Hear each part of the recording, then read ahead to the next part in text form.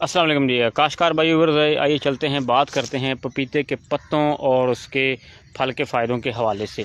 काश्तकार भाई याद रखें कि जो पपीता है ये बहुत ही ज़्यादा अहमियत का हामिल एक पौधा है और फल है इसका।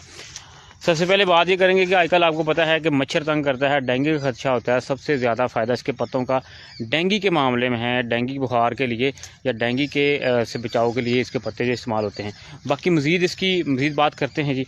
यरकान वाले जो मरीज़ हैं वो इसे इस्तेमाल कर सकते हैं। ब्लड प्रेशर, कैंसर के तमाम जो अक़साम है उसमें इसका बड़ा फ़ायदा है। टाइफाइड बुखार का अगर मसला हो जाए ख़ुदा न खासा तो उसमें इसे इस्तेमाल करना चाहिए।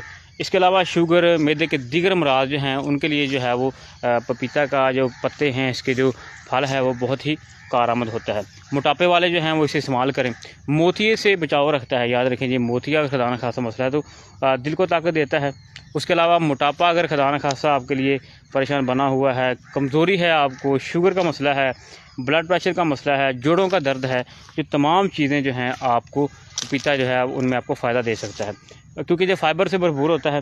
बच्चों के पेट के कीड़े, दिल के अमराज, बेऔलादी का जो खात्मा ये करता है। बवासीर में बहुत अहम इसका किरदार है। और एक और अहम चीज़, गुर्दे और मसाने की पथरी और पेशाब है ये, उसमें बहुत ही अहम किरदार अदा करता है। उसमें जो है वो फ़ायदेमंद होता है।